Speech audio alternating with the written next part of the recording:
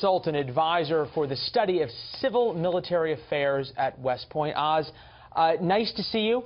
Wish it was under better circumstances. We always, Likewise. at times like this, have this debate. We had it with Adam Smith, the congressman from Washington, who says we need to maintain, and our law enforcement needs to maintain, good relationships with Muslim communities. At the same time, we realize it is those same communities that provide the safe havens for these types of attackers. What's the balance? I think we're looking at two sides of this. In America, we've got a very integrated American Muslim community. In Europe, you have a largely immigrant community, and you also have a refugee community as well. And one of the challenges, I think, that we've had over the past 20, 25 years is that the European communities have not really figured out how to build engagement. So the longer-term success for us in defeating terrorism is, I think, going to be twofold. One is understanding clearly what the profiles are of these terrorists. We've created a profile called Millennials, which basically talks about millennials that can be radicalized.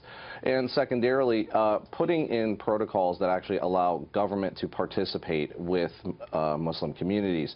You know, we've seen challenges with CVE. I think what's the challenge in the United Kingdom here, in that you have this balance? Do you send Scotland Yard undercover agents into every mosque to listen to the sermons? Do you then lock up hate preachers? Is simply preaching hate enough to be locked up or deported? How do you really, where do you make that call?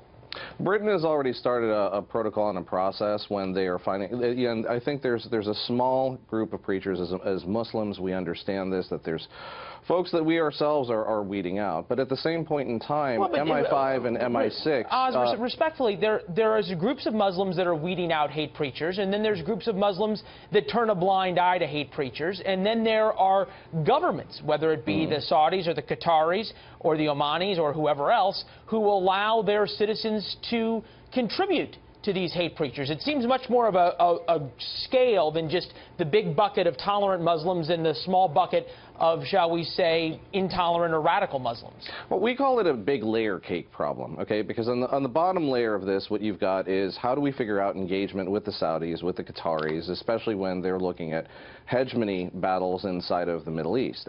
On top of that, it's how do we deal with this inside of the European arena, because the Europeans themselves either engage or they don't engage. MI5 and MI6 have this, let's address it now, let's be reactionary to it, but let's have no long-term policies.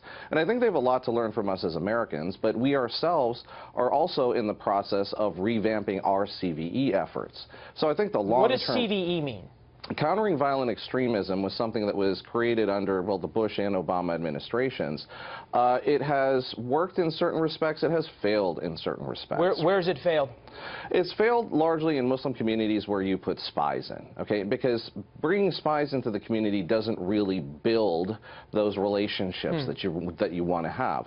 What works is looking at 70% of attacks in the United States were stemmed by American Muslims engaging with law enforcement, engaging in ways that you had in Manchester. The fall-off that we're seeing in Britain and the fall-off that we've been seeing in Europe all the way going back to Brussels. That engagement didn't work in San Bernardino. San Bernardino is a unique case, and we have studied that over the course of the past year.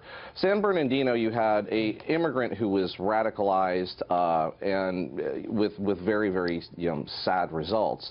As American Muslims, we're looking at this in New York. We've got a couple of Islamic councils that are coming together to figure out, how do you respond to this? Because think about this way, okay?